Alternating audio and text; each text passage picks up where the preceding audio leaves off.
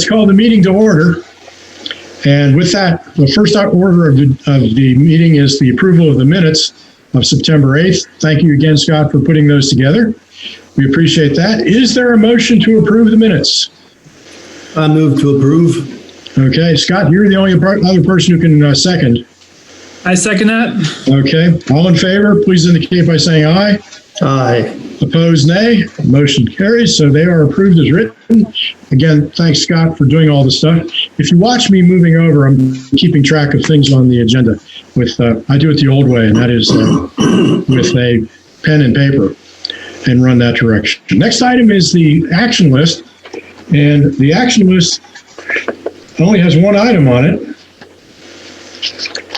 And let me pull that up. That's what the action list looks like. And Rob, it has your name next to it. And it's about the dummy accounts. Yep. Iterative, probably ongoing process in perpetuity as we always, we do have some turnover in the call center. It's better than it has been for sure, but getting those folks trained up and then keeping them and keeping them trained up on how to handle the callers. But really over time, we continue to fill in the gap of residents with accounts that we manually set up in addition to the GIS data that we originally uploaded with. So not going to be a finite like, hey, eureka, we're there. I'm just going to have to keep jumping on here every month and telling y'all that it's in perpetuity as we work through to get a complete data set. And then there's probably never going to be a complete absence of addresses and new accounts trickling in. Ron, do you have some idea of what percentage complete you think you might be in gathering that data? We're down probably to just several hundred out of 9,200. So under 3%. Okay. Okay, good. Any other questions on that particular subject? Okay, thank you, Rob. We will leave the action list as is until we add some more stuff to it. Next item on the agenda is the solid waste report. And Rob, we always give you the opportunity to talk first. So go for it. Yeah. I'll speak in generalities a little bit, as I typically do at the onset. Pretty good month of service here in September.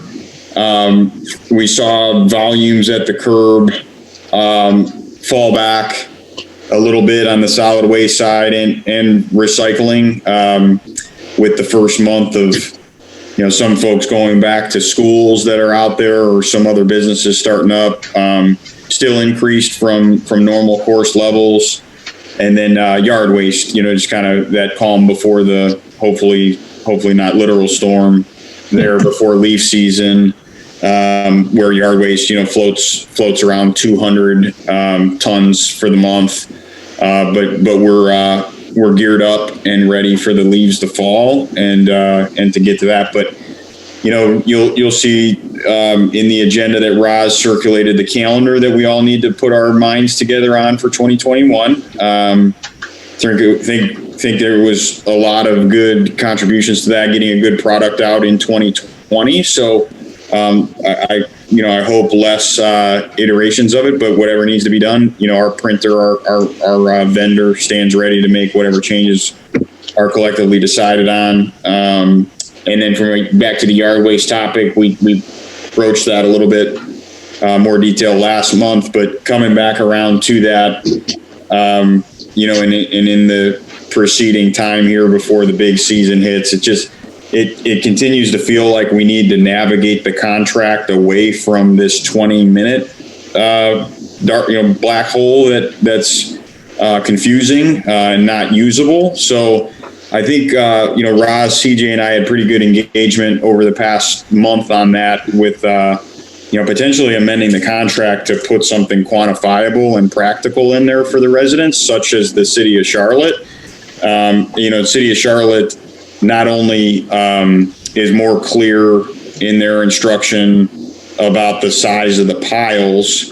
Our contract typically, right now just just talks about the length and the gauge of the individual sticks or logs, but the overall size of the pile, and then the number of piles, and putting it in like a kind of a curbside cubic measurement, not even a cubic measurement. I'll just say a practical measurement. Let's say it's piles, pieces, individual pieces, no longer than 4 feet or whatever it is, diameter 4 inches. I forget, give or take a little. That's what the contract says. But then piles no taller than 3 feet, no longer than 5 feet, and you're allowed blank number of piles. And I think the bags are already written in as a practically absorbed and applied number of bags, but I think we can get a little better with the educational piece, and then in turn the how it gets put out and how we're able to collect it if we put a little more fine tuning on the branches and other loose material. Okay. Let me propose to you that if you would take a few moments, and next time, if you would find that detail that's in the Charlotte contract and throw it out for us to take a look at. So we have an opportunity also to see that. In the Charlotte contract, you said, or our contract? Whatever Charlotte's details are. Yeah, right off their website. We could circulate that. Yeah, if you would. So we have that information in front of us. Is there any other information like that for any of the other clients that you serve? No, I think when we were doing, we don't do yard waste in Cabarrus County. We were doing yard waste in Cornelius, and I think our language was the same: 20 minutes, 20 bags. Other places though, not just my business unit, but other markets across the Mid-Atlantic, Virginia, South Carolina, et cetera, Georgia. I could snipe some language and propose it. Okay. The reason I bring that up, when we put the 20-minute and 20 bag thing together, Kay Plyler Thompson was our Kay Thompson Plyler was our contact person. Roz has since become that person. She and I put that together. We were trying to come up with something, but we didn't have anything to work with. And having an idea of what other people may have may give us a little more, a better way of quantifying it. And that was the 20 bags in 20 minutes. That's where it came from. It just was arbitrary. She and I came up with it one evening and did it. Rob, what's the biggest time consumer for you guys when you talk about how yard waste and debris is piled up on the side of the road? Is it the length, the width, the amount, the weight? What is it that's causing you guys the most difficulty? I think it's this, and why I started going down the path of size of the pile, because I think it's the pile itself. Like, folks are just piling 5 feet high and then 8 feet wide, and then you don't really know what's in spec or not in spec of the individual pieces with something that big until you start pulling it apart. And then you pull it apart, and a lot of times when something's out of spec and longer than it needs to be or heavier than it needs to be, it's typically longer. It gets all tangled up in there, and then once you start pulling it apart, the guys wind up making more of a mess just seeing what they've got, and it's hard to put that pile back together. And then it's also harder out of spec to fit it up into the hopper. So they wind up in this like no man's land between a deconstructed out of spec pile, and then not, being able to put the pile back together, not being able to carry it off either. So I think if we started getting piles into neater, orderly piles, I think that also inherently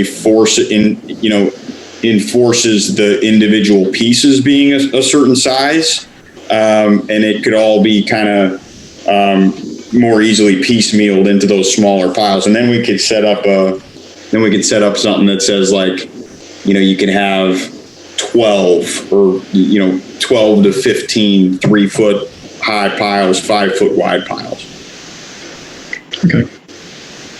Now, other comments for Rob or other questions for Rob? Okay. Scott, I can't see you, so I'm assuming you don't have any questions. That is correct. Okay. If we may, at that point, let's move over to the recycling calendar.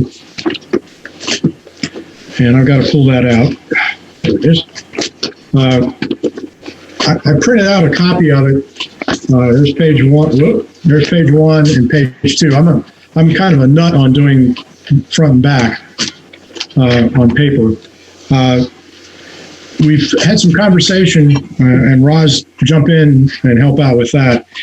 Two recommendations have been made. One was made by David Ross, and he's not on the call. It had to do with, and it's on the calendar side, about empty aerosol cans. Oh, right, yeah. And Roz, I don't know if you have that right in front of you, his email on it, but he recommended a slight change there.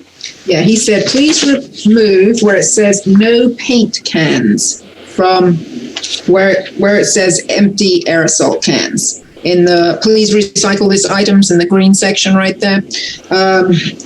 He said, aside from the technical recycling of all metal being put into a blast furnace to melt, that is not listed as a concern in the county's list. So he's saying that's not a concern with the county that we've got that no paint cans in there.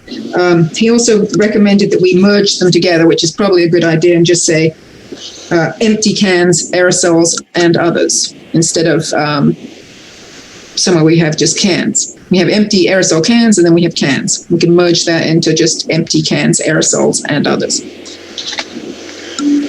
Go ahead.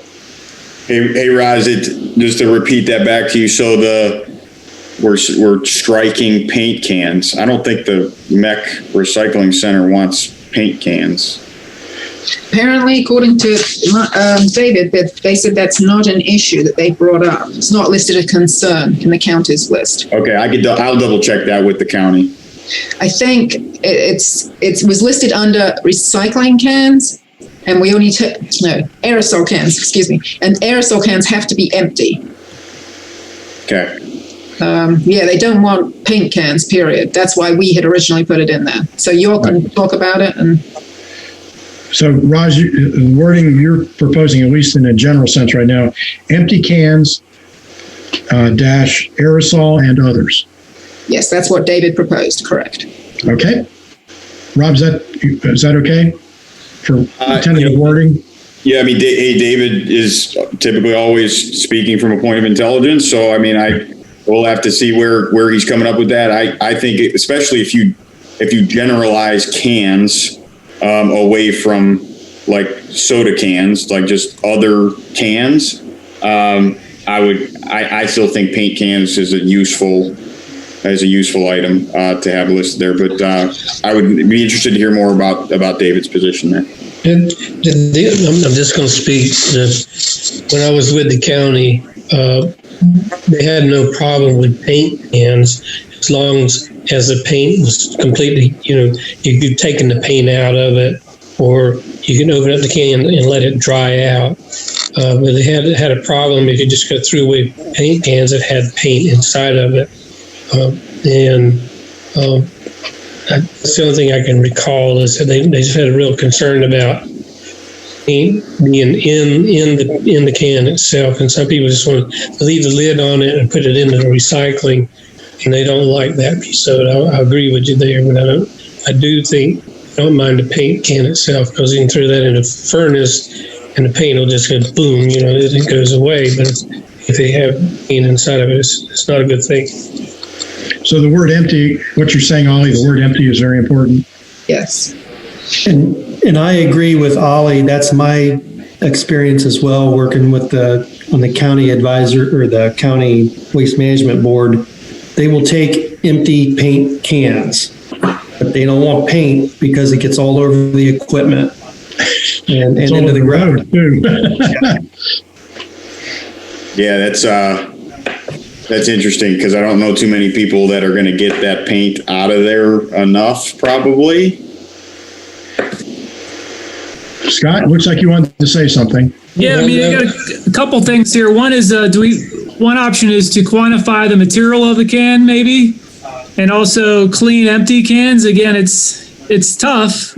Yeah, I agree. The paint cans, you're not going to get a bang for the buck to get cans that are clean enough because it's going to be tough. But maybe quantifying the material like aluminum or other materials, is that an option? Or I'm not sure, but let me kind of say one thing about clean. You can take the lid off of a paint can and let it dry out. Then that's clean. You can take what they don't want you to do is leave the paint in there, and it's not saying you got to go in there and wipe it out clean. They just don't want liquid paint in there. You can take off the lid and let it dry out, or you can how you want to liquidate the paint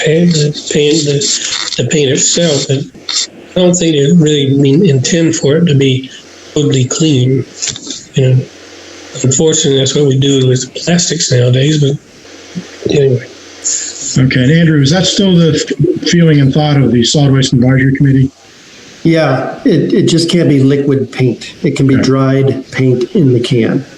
And I'm going to jump in with the second modification because it talks to the subject. And what I proposed, and Roz has a copy of it, and I don't know how many of the others, is getting the county recycling or waste management, household hazardous waste management program onto this also, because it's not really on there anywhere. And I'm not the best of wordsmithers, but the wording I initially proposed is household hazardous waste, solvents, lacquer paints, pesticides, herbicides, electronics, oils, oil filters, fluorescent lamps, and similar household hazardous waste can be safely disposed of. And then putting in check, what's it, wipeout waste? Is that the current title for it? That's Andrew and Ollie. Yes. That's the website for the household hazardous waste for the county. Am I correct? Yeah. Okay, and then, C, wipeout waste, whatever the appropriate thing is, .com. For further details. That hopefully will help them get stuff. So, Rob, you're not seeing it in either the recycling container or the trash container. They can see where those locations are through the website, find out. Now, we have it on our website already, but I'm thinking the more they see it on here and other things, the better off or more likely they're going to use that service. Gordon, I did send this out to quite a few people at the town and also to Mecklenburg County to get their feedback. Then I asked for feedback yesterday. I didn't hear anything from them, but I know we need to be real consistent with Mecklenburg County. Exactly. So, and they're trying to keep it real simple, like not too many things listed, but specifically which things can be recycled. Exactly. I'm the first one to say, simplify, and get them to wipeoutwaste.com. That's where they need to be. Okay, so Rob, we've got a couple things for you. Anything else, Andrew, Ollie, Scott? Nope. Yeah, the only thing I wanted to add, Rob's in a real particular or peculiar situation because he knows that if he starts picking up stuff that's not recyclable, he can get in trouble at recycling centers. And so we really need to be ourselves close to the county and their restrictions. Agreed. I'm just looking for wording. That's all. Okay. Anything else on that? Hearing none. Rob, we're going to jump over to the wonderful charts. I don't know if you can see them. I've got one in front of you. This is the quantity chart.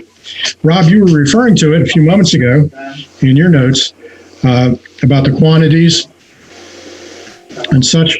I'll just hit on it quickly. The numbers, I looked back into the early part of 2000 and back to 2019, and your comments, Rob, are right on in terms of quantity information. We are seeing a slight uptick, and I think that's mostly because we have more places that are being picked up. At the moment, the recycling percentage is about, or diversion percentage probably is the best descriptor, is about 36%. Goal is 40%. So we're headed in generally the right direction. Again, for July, it was 35%, August was 38%, and September was 35% again. We're heading in the generally correct direction in terms of what's going on. Questions about the quantity information? Comments? Okay, let's jump over to the other one. I had one, Gordon, sorry. Oh, please. The 7.8 tons that went to the foxhole from the town of Matthews, was that due to the storm? And we'll have to ask Roz that question. Yes, some of it was from the storm. Some of it was from prior to the storm, because this was in September. It's whatever storm we had in September. Yeah. Okay, That would have been the first hurricane, right? I think so. Yeah. It's hard to keep track. Hard to keep track. Okay. Andrew, is that going to help you? Yep. Okay. Let's jump over to this one then. And if you happen to have it in front of you, for September, we had 59 comments and complaints. The largest category was missed pickups or late pickups with 36. That compares favorably with July and August, and other things are working their way around. So let me just run through the totals. July was 84, August was 54, September was 59. Rob, this is a whole lot different number than we were talking about this time last year. So kudos to you on getting your team working together on that. Yeah, thank you. Got a lot of strong assets and trucks and people running out there, and proud of the record. Yep. Good there. Comments or questions for Rob on the comments or questions?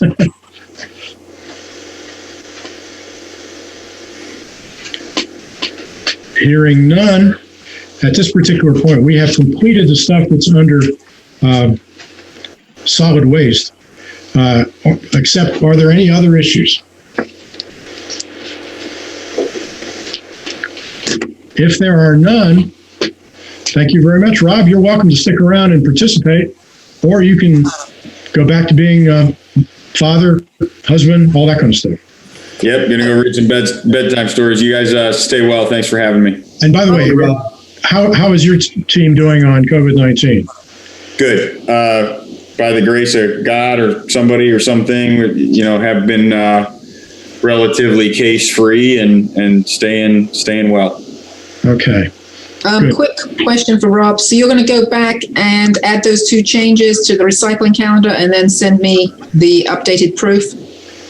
Yes, I will. For the avoidance of doubt, Roz, can you just write the exact language so it marries up with my notes here?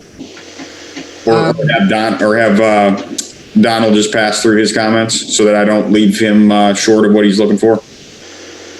Gordon, you mean? Whose comments? I'm sorry. David. Yeah. Sorry. Oh, Yeah. I got David's. It was Gordon's, has a long detailed one. Yeah. And I can just send you what it said. You sent it to me? And Roz, as soon as you get information back from the county on their... No, they had till yesterday and they didn't respond. Okay. Andrew, do we need to apply a little pressure to... We certainly can. I just looked up the wipeoutwaste.com campaign, and they have the Recycle Right flyer online, and it has a lot of the information that we want. It's just a matter of space.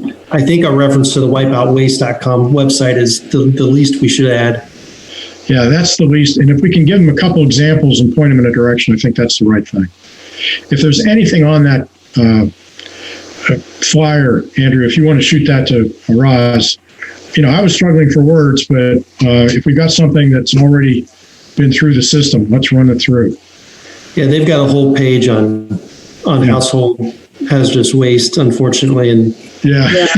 We can't fit a whole page. So. But if there's something that you see or know about or can get Smithberger to put together, that would be very, very appreciated. Okay. Okay. All right. Thanks, everybody. Rob, have a great rest of the week. You as well. Take care. Okay. We have dropped one off, and let's go on to physical agents. Do we have anything? Roz, I am not aware of anything. Nothing that I know of, Gordon. Okay. One thing I am aware of, we're getting a few more noise permits. We had one in my neighborhood this past weekend for a wedding. That program seems to be working okay. As far as I can tell, everything seems to be working okay. So notifications are showing up in mailboxes and things like that. So I think that program is working reasonably well. And they tend to be one-offers. In this particular case, it was a wedding. There was one a couple months ago for a graduation ceremony for two houses where both kids in both houses were together, and they had a little bit of a family and neighborhood gathering for it. So the program seems to be working okay. If there's nothing else, we'll move on to stormwater. Now, we've had plenty of it. I don't know. I'm a kind of a nut. I have a rain gauge. This past weekend, my rain gauge was over 5 inches. So we have gotten a fairly large amount of rain over the past several days. But I'm not aware of anything going on. I do want to comment about, just for a moment, on stormwater. The county is very, very concerned about the gasoline spill that occurred up in the northern part of the county. They've gotten a number of people involved in that, including the stormwater folks, air quality involved in that. And there was, in fact, a meeting today to discuss that at the county level. So they are concerned about things like spills and stuff like that, which hopefully we will not have to worry about here in Matthews. That was a pipeline. We don't have any pipelines that are going through Matthews at this particular time. If not under stormwater, go on to air quality issues. Roz, you want to comment about what David's sent around? Okay, she's looking for it.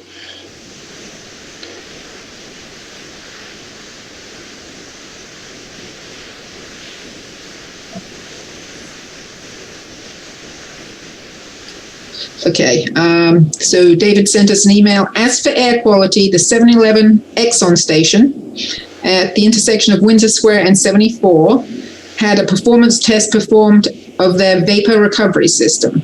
This is a pressure test to check for leaks. The system passed. The county performed a non-on-site compliance inspection of the asphalt plant located on the quarry property across Samuel Road from Crestdale School and the daycare center behind the Matthews Police Station. The facility was in compliance with the applicable regulations, specifically that they did not recycle any asphalt shingles nor use number 2 fuel oil. And then he went on to say, then he went on to make a comment about a recycling item that was a pillow that should not have been in a recycling container. He saw a recycling truck driver move it, which was kudos to that driver. Yep.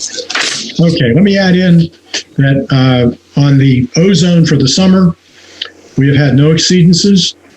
Our design value, that's the 4th highest value for the summer, was 66 parts per billion. The standard is 70 parts per billion. So our 4th highest value or design value was under the standard. The way they do design values is they take the 4th highest value for the last 3 years, and that determines whether you are in compliance with the National Ambient Air Quality Standard for ozone. We are in compliance and probably will remain in compliance. Now, I do want to add in one thought. I've been watching carefully what's been going on with the ozone levels. The traffic levels based on NCDOT data indicate that for a fair portion of the early part of the summer, traffic levels were about 40% lower than they have been in the past, the equivalent time period of 2019 and 2018. The ozone level only went down, not 40%, but only about 8%. And one of the things that it comes to mind when you look at data like that is we're probably starting to see where the background levels are for just having people here with reduced, which is the largest component of ozone ingredients, if you would, with the reduced traffic levels that are in Mecklenburg County. Based on what I'm seeing, I did a little bit of work on it. And this is a couple months ago when I had a couple minutes of quiet time. We're probably looking at the background level in Mecklenburg County as being somewhere in the neighborhood of about 55 to 60 parts per billion. And that would be, basically traffic's gone, everybody's staying home, things like that. So the standard right now is 70 parts per billion. There's constant pressure about reducing the standard, but if we go down, if the standard is reduced more than about 10 parts per billion, we're probably starting to say this is about the background level for Mecklenburg County and the surrounding area. So just wanted to add that in on what's happening with that. That's it for air quality. Any other questions or issues? By the way, the ozone season ends on November 1st. So we are basically finished, and the weather is cooperating with that also. Anything else? If not, excuse me for a moment, under other business, the option of meeting in person. I asked Roz before the meeting started, before a number of you participated, what other committees are doing. And Roz, if you would repeat some of that, I'd very much appreciate it. I said that most of the other committees at this point are still doing Zoom meetings. They were voting in at the board meeting on trying to have one in person, but so far they haven't done that yet. They've still been meeting as Zoom meetings. Okay, so what's the pleasure of the group? Continue Zoom meetings? I think this is one area where we don't want to be a leader. So I would suggest we continue with the Zoom meetings and virtual meetings until we get more leadership direction from our own government officials. Okay. Follow their example. Al, you agree? Yeah, I agree. Scott, do you agree? I concur. Okay, so November will be a Zoom meeting, and we will continue to watch. And Roz, if you'll continue to keep us informed about other groups, such as Town Council, and how they're meeting, so we can, as Andrew very eloquently stated, we don't want to be the leader. We want to be some of the followers on this one. Yes, I'll keep you posted. Great. Okay. With that in mind, is there anything else before the group? Hearing none, is there a motion to adjourn? I'll make that motion. Okay. Andrew or Scott, do you want to second it? I will second. Okay, we got some seconds on that. All in favor, all you have to do is hit the I want to get out of the meeting button, and you're done. That's your vote. Thank you, Gordon. Thank everybody else. Thank you, everybody. Please stay healthy, and we'll see you in November. Thank you.